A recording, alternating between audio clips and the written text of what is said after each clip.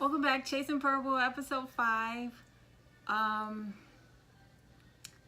Just want to say shout out to everyone who's supported and everyone that has donated to my GoFundMe campaign. Healing is in progress, I promise you. It might be shaping up a different way than I had anticipated, but it's still happening. So I appreciate the support. Today I want to talk a little bit about keeping on. We talked about diet, we talked about exercise. Today my focus is talking about support. Support is key. Hashtag support is key. Yes, your support system is everything. If you're diagnosed with MS or any type of chronic disease or terminal illness or anything really, your support system is everything. It's everything. If you don't have a good support system, you're going to struggle. Everything's going to be worse, okay? I have been blessed for a support system that is great. I have 4 kids, and I'm not going to say they're my support system, so to speak, but they're a big part of it, day to day. Motivation, also, care. They are often helping me get up if I fall, or, offering if they need to bring me a drink or water or anything like that. I have one that likes to cook, so she takes it upon herself to do that sometimes, which is great. Just wheeling the chair, grabbing things, just simple stuff. And when you get to a point where you lose a lot of mobility, then you become more dependent on people for even little things. So it's nice to have them. They're close to me, and I don't feel so badly about bossing them around. But and I also have my parents are very close, and they're very helpful with carpool and just things when things come up with the kids. A lot of free babysitting over there. So, childcare, don't ever take that for granted, because it's not cheap in the real world, people. If you got somebody to watch your kids and you trust them, appreciate that, because it's not a given, okay? And another key part of support system is engaging your community too. Like, if you have community needs, maybe you need some meals delivered. I recommend the National MS Society. They have a lot of great resources. The MS Foundation also as well. And there's plenty of programs, especially if you qualify income-wise for Medicaid and things like that, where you can get meals delivered to your house, and you can have a nurse come to your house, and you can have a fall button installed. All kinds of things you can get, if you can't afford to pay for the service and you need the service, okay? So I would definitely look into the MS Societies, National MS Society. I would look at MS Foundation. I'll look at Can Do Foundation for tips and lifestyle tips and lifestyle hacks with MS. So broadening your support system to include community resources is also sometimes very necessary, because it can be a burden on your family for everything to fall on your family. And if you just have a spouse and you don't have extra family members, it can be very burdensome and exasperating and tiring. And not to say they don't want to do it necessarily, because some cases they want to be there and they want to do it. Now, some cases they don't want to do it. And in which case I'm going to detour a little bit and talk about toxic relationships. Don't do it, don't do it, don't do it. Don't waste your time. You don't owe anybody anything. You don't have anything to subscribe to prove anybody any points. If you're in a toxic relationship, an abusive, verbally, emotionally, or physically abusive relationship, if you are unhappy in your relationship, if you're in a relationship and you don't want to be in that relationship, for any of these reasons, get out, get out, get out. The quicker the better. The quicker the better, because I'll tell you this, from personal experience, I spent a long time in a very, what I consider, toxic relationship. But over years, that takes a toll on you mentally, emotionally, and then, yes, indeed, physically. And not going to say that that's why I am where I am. I could be where I am now, whether I had a perfect relationship or not. But the fact is, I spent a lot of time crying. I spent a lot of time feeling rejected, and I spent a lot of time trying to change myself. And I know none of those are healthy for healing. So somewhere, although I paid meticulous attention to my diet most of the time, and I stayed on my exercise regimen for years, I didn't take good care of myself when it came to relationships, and I don't want anybody out there to feel like you have to be in that situation, because I feel like when you get sick sometimes, or you're dealing with something, you know, health-wise, you lose your confidence, you lose some of your self-esteem. All of a sudden you're dependent on people in ways you weren't before, and that can knock you down a little bit. So if you're with someone that is going to exploit those feelings and manipulate them to their benefit, that's just gonna pull more out of you. Because if you're an MS warrior, I tell you, 9 times out of 10, you're trying to do it all. You're trying to do it all because you don't want nobody to see you fall. You don't want nobody to think you can do less than what you normally do because of the MS. You're fighting it, and you're trying to do it all, especially if you're female. I mean, males too, I guess y'all have that too, but I know as a mother, that's where I found myself in a situation as a mother and a wife, and I'm trying to do everything that I can do to prove that I'm not incapable of doing anything, you know, because of the MS. And a lot of times I needed the help and I didn't ask for it. I wasn't able to receive it if it was offered because I was too stuck on trying to prove my worth through my actions. But you gotta be comfortable in yourself and know your own worth, so your actions don't define your worth. You define your worth based on the love you emanate through yourself and for others. This is how I feel. So if you have no love for yourself, and you're over there disrespecting yourself by your relationship, by your diet, by your lack of exercise, whatever it is you do to disrespect yourself, that's not benefiting you in the long-term healing game either. So if you're in a bad relationship, or a toxic relationship, or an abusive relationship, or an unsatisfactory relationship, or any type of relationship that ain't good, don't waste your time in that relationship. Cut off those ties. Sometimes you have to not only divorce your spouse, you might have to divorce your friends. You might have to divorce your mother. You might have to divorce your sister or your cousin. You know, if family cannot be supportive to you and add to your growth as a person, not just in the healing game, but just in life, then you just need to cut that off. You know, if it's meant to be, they'll come back. And that includes a mother, brother, sister, cousin, spouse. If they are meant to be a part of your life, and you have your intention set on growth and being the best that you can be and chasing your purple like I'm doing, like chasing your best self to achieve your best self and putting those goals out there and those intentions and taking action toward it, and you have a person that you're with and you're giving yourself some of yourself to, and they are just dousing your flame with, you know, water, you know, not gas, but water, just like, oh, and then trying to put you out all the time. Don't waste your time. You know, and the tricky thing about pain is abuse, it can be addictive, along with the physical aspect of, you know, physically connecting with somebody in a sexual level. That can also be very addictive. You know, I'll be the first one to admit that it can be very addictive, you know, and it can change how you try to process things that are going on inside yourself, because physically you're addicted to one thing and emotionally you're being destroyed by something else coming from the same person. But here's the thing, it's important to remember that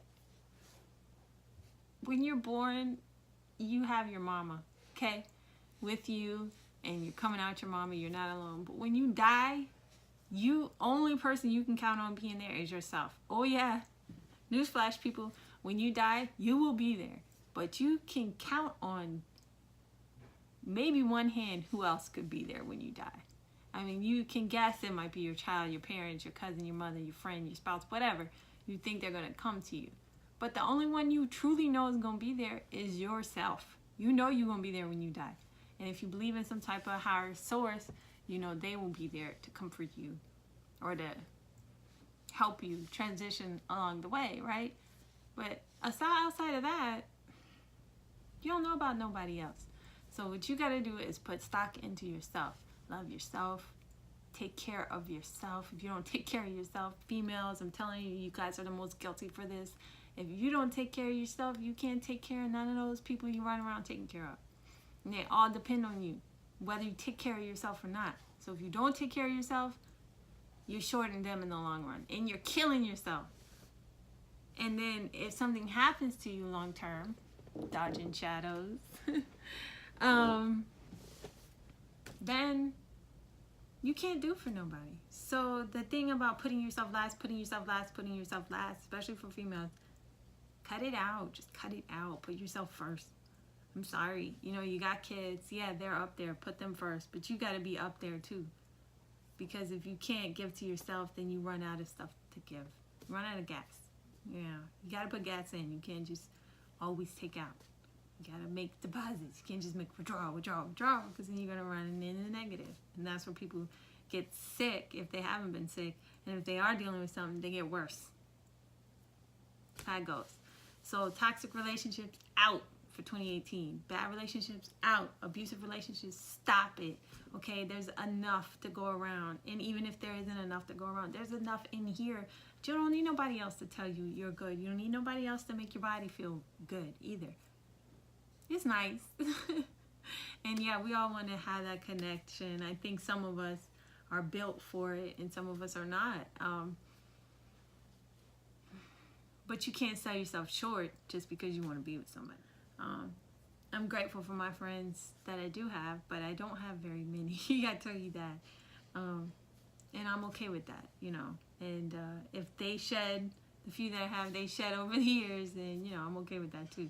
I know that whoever's meant to be in my life will be there at the time that they're going to be there, because that's how I live my life, to be in full synchronicity with the blessings and the lessons that I'm fated to learn here. That's how I roll. So that's what I believed and that's what I manifest. So support systems. But it's good to have someone to talk to outside of your immediate circle. Okay, because you can run mama out. You can wear hubby out. You can wear kids out. You need to spread that around. Okay, and you don't necessarily need to vent every little thing to your kids or to your mama or the people that are around and see you going through stuff. You don't want to be venting to them on top of it, because it can be a little overwhelming. I know at times, you know, you got to do what you got to do, and every relationship is different. I'm not trying to dictate anyone's relationship, but what I am saying is, you know, spread it out. If you can spread the responsibilities, the more that you depend on one person, the more that's going to drain that person, and then they're going to have some issues at some point with giving that care to you. You know, they'll either resent it, or they'll get sick and they won't be able to, or, you know, it just might not work out, you know, long term. It's just not healthy. And you want your caregivers, they love you enough to be there and care for you. You gotta love them enough to want them to care for themselves, because at the end of the day, like I said, if you don't take care of yourself, you can't take care of nobody, and that goes all across the board. So yeah, so key things, support is key. Just to regroup, support is key. Having a good support system on the ground, you know, a social network outside of your family is also important. Outside of work is important. And also, it doesn't always have to be local. You can have someone you can call. You can have groups that you can be involved in on Facebook or via these apps. There's all kind of apps you can connect with other people in a similar position of you. I mean, I didn't do that for years, but recently I started looking at some of the Facebook groups. And, you know, I can go in there and read somebody asking a question about something that I also had, and I might be able to help them in a way that they don't feel like they're crazy, or same vice versa. If I've had once or twice I've had a weird symptom that, you know, I reached out and said, anybody ever had this?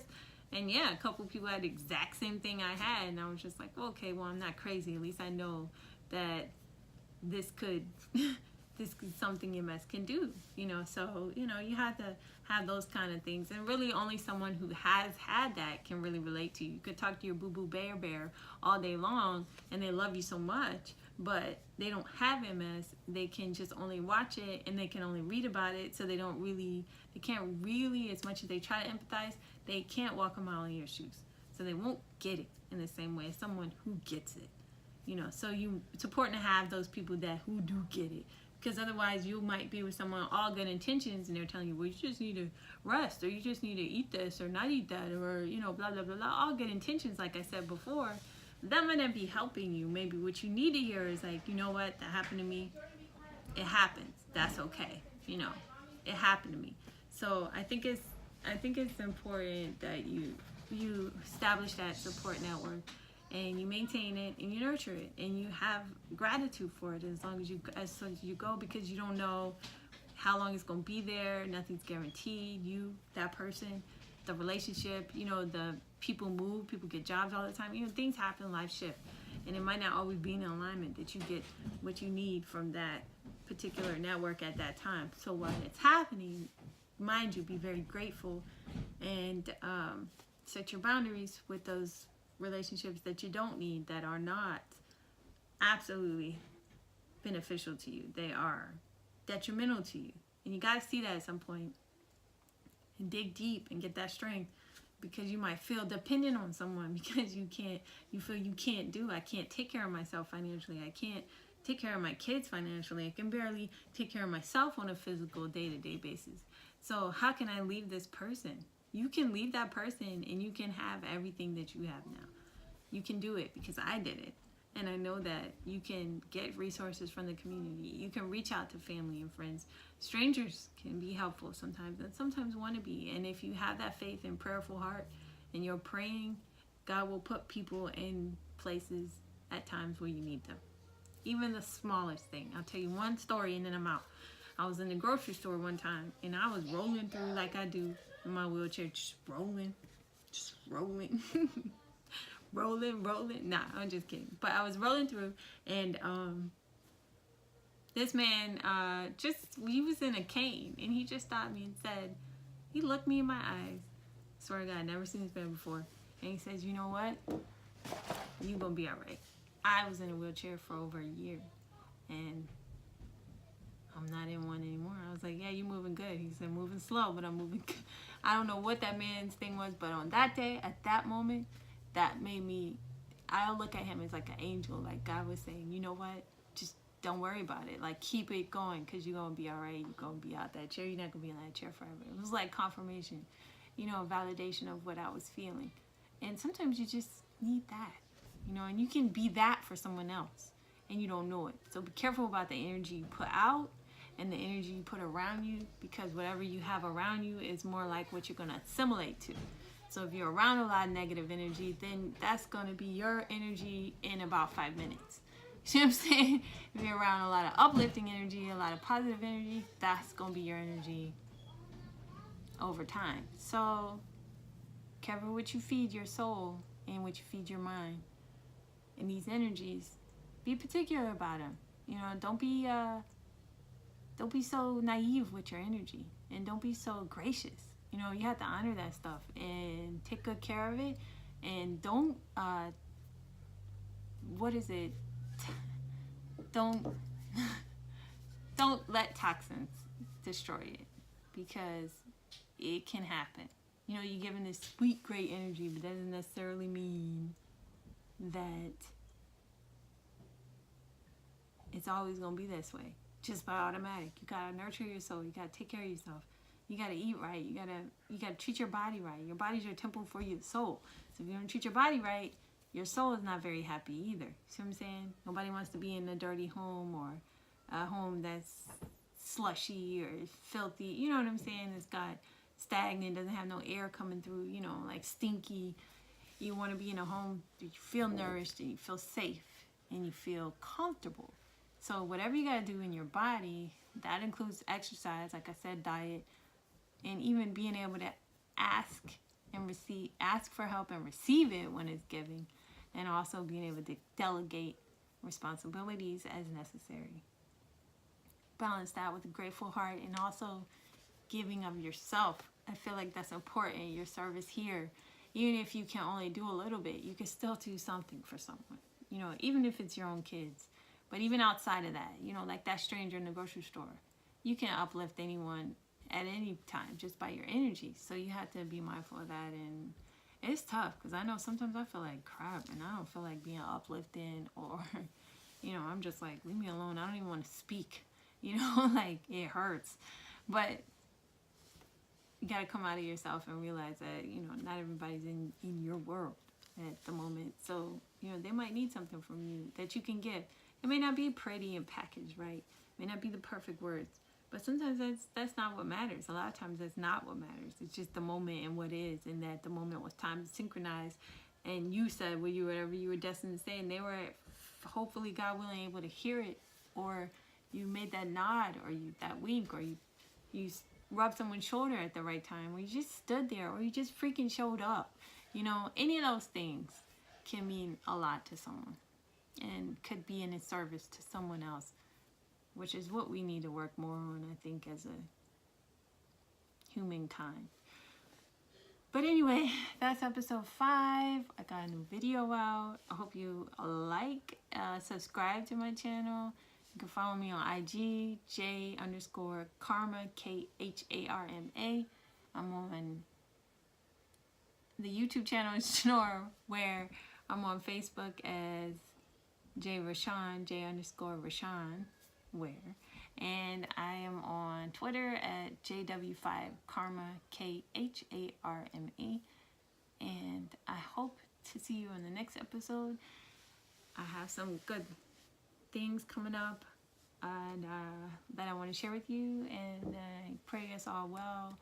I pray for healing for anyone struggling with anything, or anyone watching anyone struggle with anything as far as health-wise or anything else, because at the end of the day,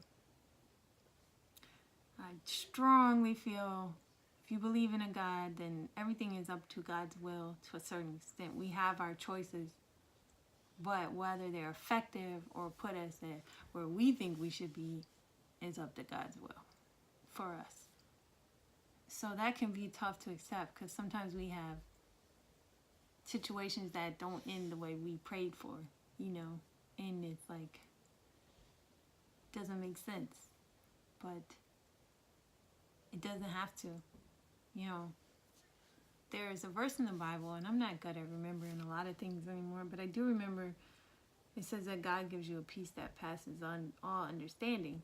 And the way I take that is, when times get tough like this, when you're dealing with something, it don't make no sense. You've been praying and praying and praying for something, and it's not seeming like it's happening. It's for the best good, because why would anything other than that be the best good?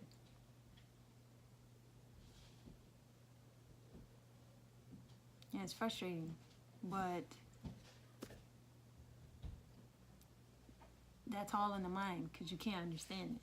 And that's the thing about peace. You don't have to understand it to get peace. You don't have to understand it. You don't have to understand any of it.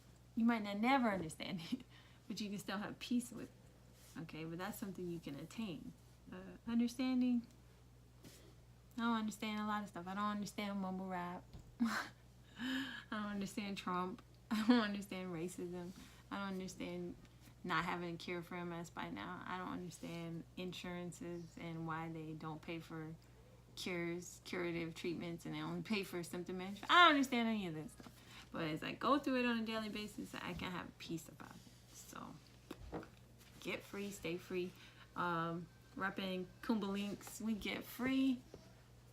Kumbha Links, a hip-hop pedagogy.